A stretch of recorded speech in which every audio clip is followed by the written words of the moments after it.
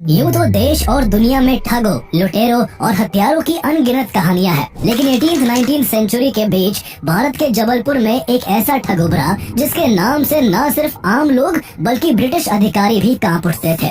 वो राह चलते व्यापारियों, तीर्थ यात्रियों और सरकारी अफसरों को न केवल उन्हीं का भेष धर के लूटता था बल्कि उनकी बेरहमी से हत्या भी कर देता था। वो हत्या करने के लिए किसी तलवार या चाकू का नहीं, केवल एक पीले रुमाल का इस्तेमाल करता। वो कत्ल को इस तरह अंजाम देता कि पूरे के पूरे काफिले गायब हो जाते थे, यहाँ तक कि लोगों की लाशें तक नहीं मिलती थी। उसके खौफ का यह आलम था कि लोगों ने झांसी, ग्वालियर, जबलपुर और भोपाल की राह से गुजरना ही बंद कर दिया था। जहाँ से भी वो गुजरता गलियां सुनसान हो जाती और उसका नाम सुनते ही लोग घरों में दुबक जाते। वो खौफ और मौत का दूसरा नाम था। उसके कत्ले का अंदाज इतना भयानक था कि जब उसकी कहानी पर किताब छपी तो ब्रिटेन की महारानी विक्टोरिया ने सिर्फ 2 चैप्टर पढ़कर ही किताब बंद कर दी, क्योंकि उसकी क्रूरता के किस्से उनके लिए असहनीय थे। आइए जानते हैं कहानी किंग ऑफ थग्स कहे जाने वाले ठग बहराम की, जिसने सिर्फ रुमाल से 931 लोगों की जान ले ली, जिसकी बेरहमी के किस्से सुनकर अंग्रेज भी थर थर कांपते थे और लोग उसे बहराम के बजाय बेरहम कहते थे, जिसकी हैवानियत ऐसी थी कि उसका नाम Guinness book of world records में दुनिया के सबसे खतरनाक सीरियल किलर के तौर पर दर्ज हो गया। ठग शब्द सुनते ही लोगों के दिमाग में एक चालाक और मक्कार आदमी की तस्वीर उभरती है, जो झांसा देकर कुछ कीमती सामान ठग लेता है। लेकिन 13वीं से 18वीं सदी के बीच भारत में ऐसे ठग हुए जिनके गिरोह इतने ऑर्गेनाइज्ड और क्रूअल थे कि करीब 500-600 वर्षों में इनके हाथों लगभग 20 लाख लोग मारे गए। इन हत्याओं का एकमात्र मकसद लूटपाट हुआ करता था। उनका क्रूअल नेचर ऐसा था कि वो किसी भी उम्र या वर्ग के व्यक्ति को नहीं बख्शते थे। उनकी वजह से उस दौर में देर रात को तो क्या, दिन में भी यात्रा करना लगभग असंभव था। वो बड़े बड़े काफिलों को अपना शिकार बनाते और व्यापारियों, वेल्दी लोगों और गवर्नमेंट ऑफिशियल्स को लूटकर उनकी बेरहमी से हत्या कर दिया करते थे। कहा जाता है कि शुरुआत में इस धंधे में मुस्लिमों के करीब 7 कबीले शामिल थे।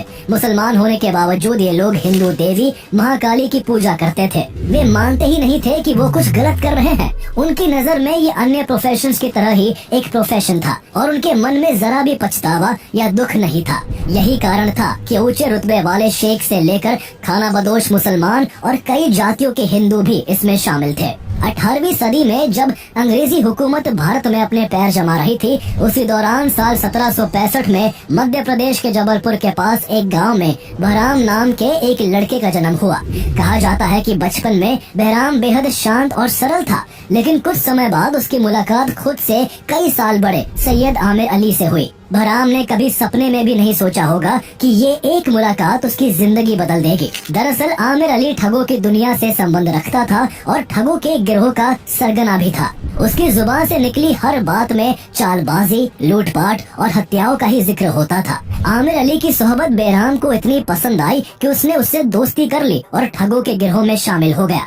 आमिर अली ने उसे अपने गिरोह के सबसे खूंखार और अनुभवी ठगों के साथ रहकर काम करना सिखाया। बहराम ने चुपचाप उनके तरीके सीखे। वो देखता था कि कैसे ये लोग मासूम व्यापारियों और राहगीरों का विश्वास जीतते हैं, कैसे उनके साथ मीठी मीठी बातें करते हैं और फिर कैसे पल भर में ही उनकी जान ले लेते हैं। बहराम को ये सब एक कला की तरह लगने लगा और वो दिन रात ठगों के गिरोह के बीच गुजारने लगा। एक शाम घने जंगल के बीचों बीच लगभग 40 हट्टे कट्टे लोग घेरा बनाकर महाकाली की एक बहुत बड़ी मूर्ति के सामने खड़े हुए थे। उस घेरे के बीचों बीच 25 साल का बहराम भी खड़ा था। तभी उस झुंड का सरदार बहराम के सिर पर हाथ रखकर बोला, अंग्रेजों ने हमें ठग का नाम दिया है, पर हम उससे कहीं ऊपर की चीज है। ये सब काम हम सिर्फ इनके लिए कर रहे हैं। उसने महाकाली की ओर इशारा किया, जिनकी आंखें अंधेरे में भी चमक रही थी। इसके बाद सरदार ने बहराम से कहा, इससे पहले कि हम तुम्हें अपनाएं, तुम्हें एक छोटी सी परीक्षा देनी होगी। क्या तुम तैयार हो? बहराम ने धीरे से स्टेट ऑफ कंफ्यूजन में सिर हिलाया। सामने एक पेड़ से एक आदमी बंधा हुआ था। सरदार ने अपनी जेब से एक पीला रुमाल निकाला और बहराम को दे दिया। बहराम के हाथों को कांपता देख सरदार ने उसके हाथों को जोर से पकड़ लिया और बोला, ये तुम्हें माँ के लिए करना है। इसके बाद बहराम हाथ में रुमाल लेते हुए उस डरे सहमे आदमी के पास जाकर खड़ा हो गया। वो आदमी रो रो कर अपनी जान की भीख मांगता रहा, लेकिन बहराम का दिल नहीं पसीजा। उसने उसके गले में कसकर रुमाल बांधा और जोर से दबा दिया।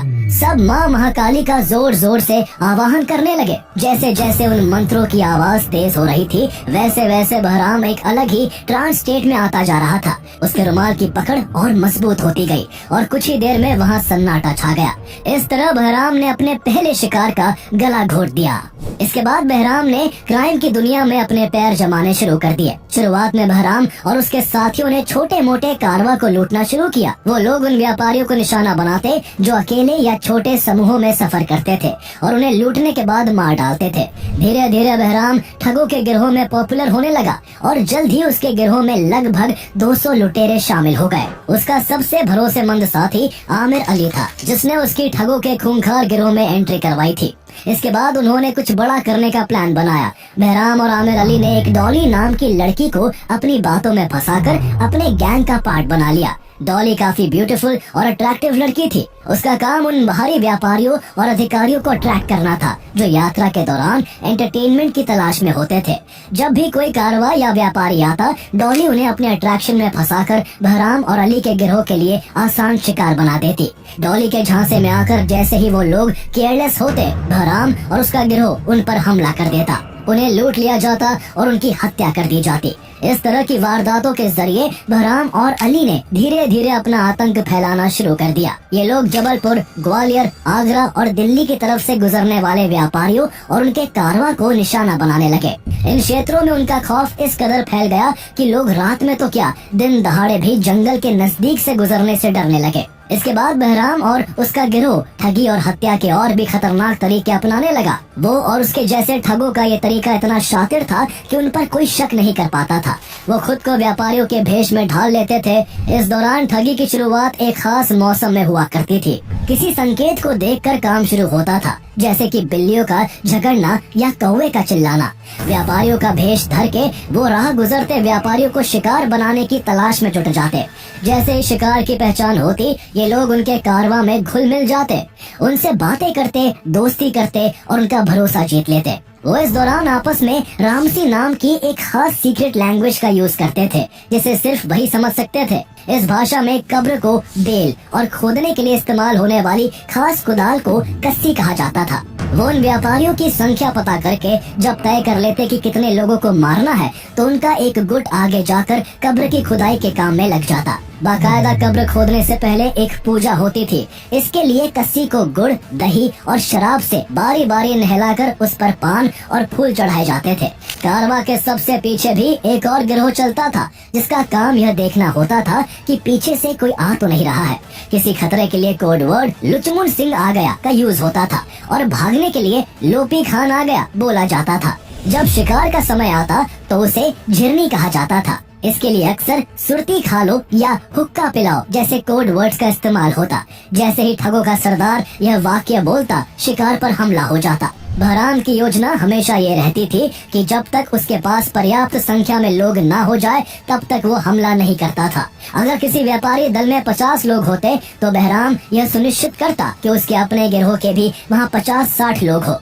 जब बहराम और उसके ठगों का दल पूरी तरह से तैयार हो जाता, तब वे एक सुनियोजित तरीके से हमला करते और लोगों को लूट लेते। हर एक व्यक्ति को 3 ठग मिलकर मारते। एक ठग शिकार का हाथ पकड़ता, दूसरा पैर पकड़ता और तीसरा ठग अपने पीले रुमाल से गला घोट देता।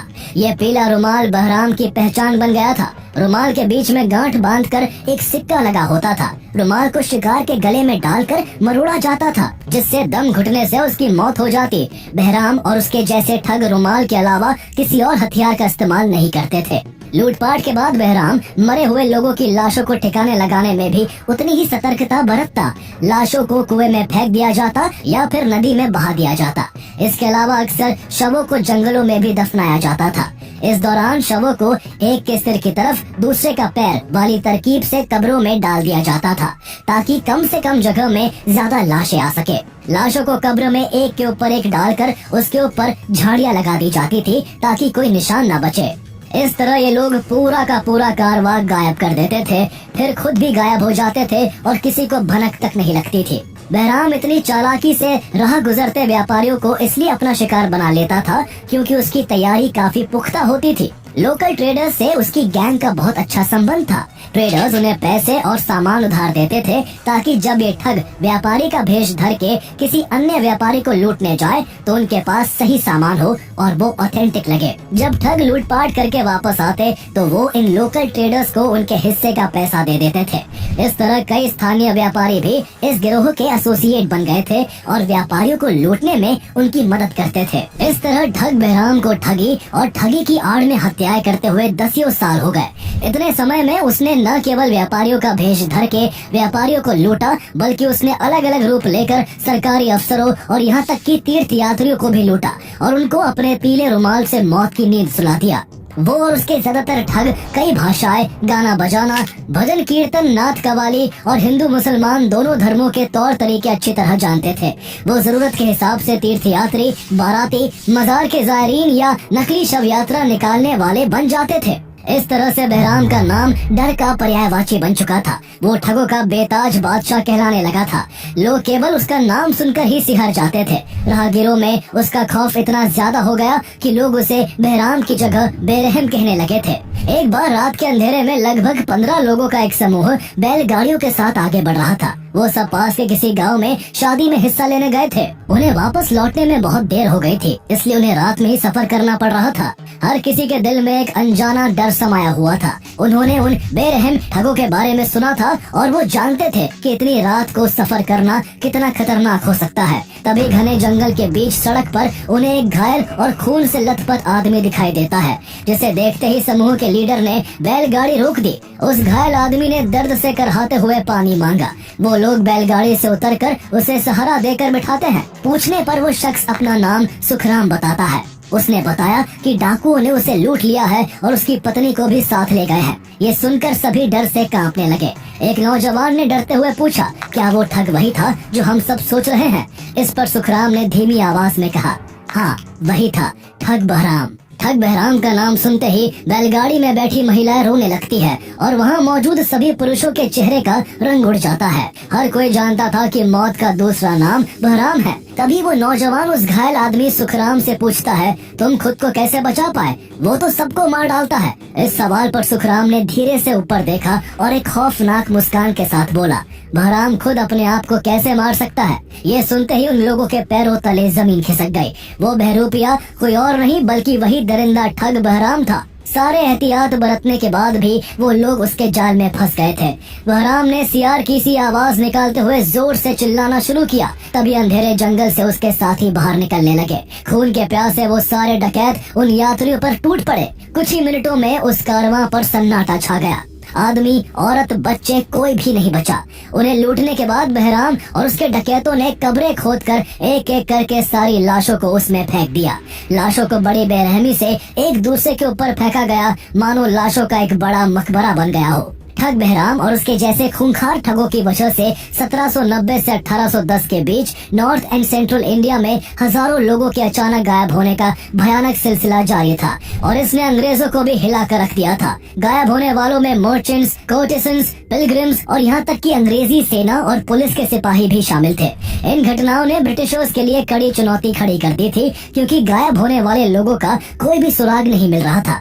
न ही घटना के बाद कोई लाश मिलती थी और न ही कोई गवाह मिलता था। जांच करने पर यह पता लगा कि लोग मेनली दिल्ली, जबलपुर, भोपाल और ग्वालियर जैसी जगहों से गायब हो रहे थे। ये इलाके सेंट्रल इंडिया में होने की वजह से स्ट्रेटेजिकली बहुत ही इम्पोर्टेंट थे। उस समय अगर किसी को भारत के किसी भी हिस्से में जाना होता था तो इन इलाकों के आसपास से होकर ही गुजरना पड़ता था। पर क्योंकि इन इलाकों में रास्ते घने जंगल से होकर गुजरते थे, इसलिए यहाँ लुटेरों के लिए छिपकर हमला करना आसान रहता था।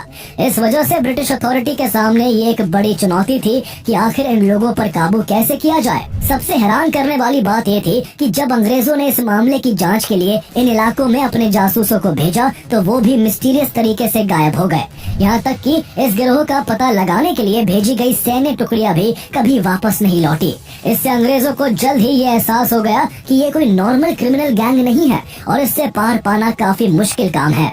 साल 1828 में जब William Bentinck governor general of India बने तो उन्होंने ठगों पर खास ध्यान दिया। पहली बार भारत में 1830 में ठगी एंड डकैती डिपार्टमेंट नाम से एक अलग डिपार्टमेंट बनाया गया, जिसमें जासूसों को भर्ती किया गया।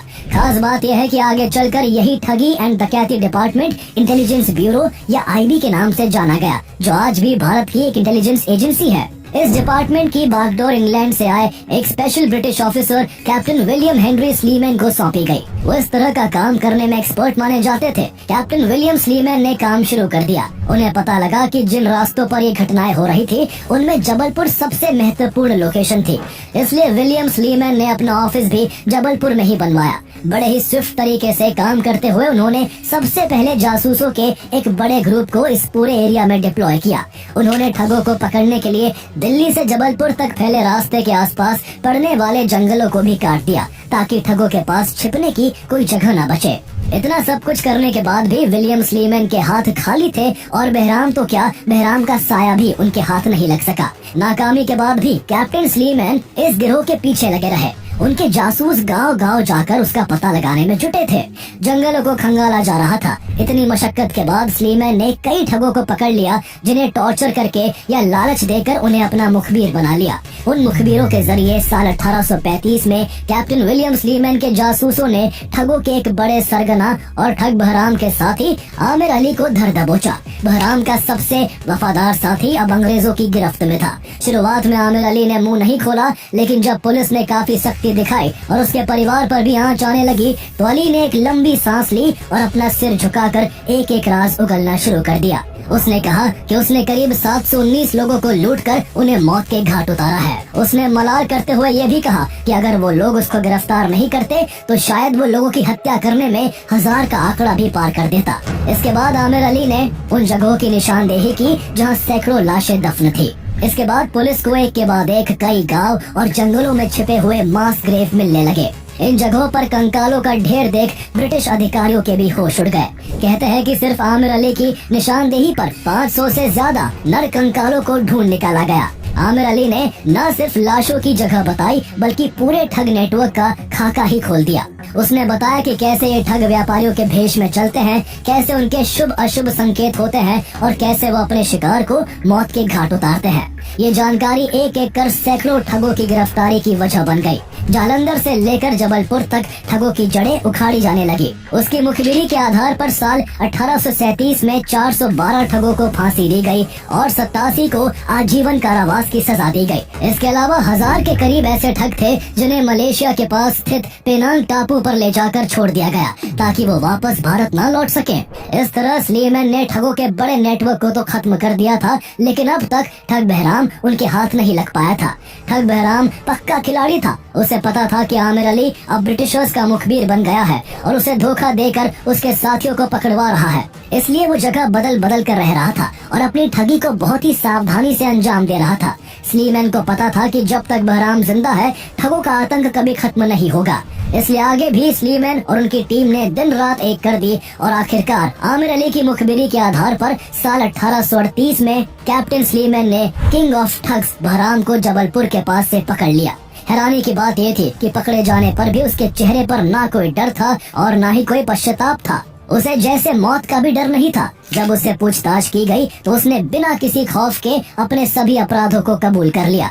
उसने पुलिस को बताया कि उसने खुद 931 लोगों की हत्या की है। जिन 931 लोगों को उसने मारा उनमें व्यापारी, तीर्थयात्री, तवायफों का काफिला और साधारण लोग शामिल थे। उसने ये सारे कत्ल सिर्फ अपने पीले रुमाल से किए थे।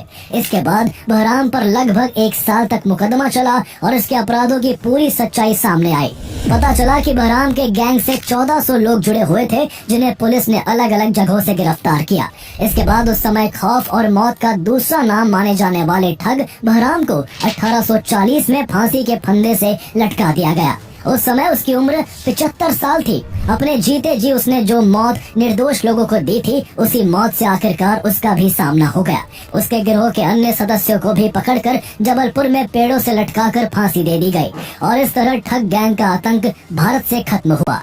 बेशक बहराम अब इस दुनिया में नहीं है, लेकिन उसकी ठगी और क्रूरता के किस्से आज भी सुनाए जाते हैं। बहराम का नाम दुनिया के सबसे बड़े सीरियल किलर के तौर पर Guinness book of world records में भी दर्ज है। इसके अलावा वो पीला रुमाल जिससे उसने 931 लोगों को मौत के घाट उतारा था, वो आज भी इतिहास का एक क्रीपी सिंबल बना हुआ है। जब कैप्टन विलियम स्लीमैन भारत से वापस इंग्लैंड गए तो वो उस रुमाल को भी अपने साथ ले गए। कहा जाता है कि ये रुमाल आज भी अंग्रेजों के पास सुरक्षित रखा है, क्योंकि कभी ये एक ऐसा खतरनाक हथियार था जिससे दुनिया के सबसे बड़े सीरियल किलर ने लोगों की जान ली थी। अगर आपको ये कहानी पसंद आई है तो 20th सेंचुरी के सबसे फेमस ठग नटवरलाल की कहानी भी आपको रोमांचित कर देगी, जिसने ताजमहल को 3 बार, लाल किला को 2 बार और भारत के राष्ट्रपति भवन और संसद भवन को एक बार बेच डाला था।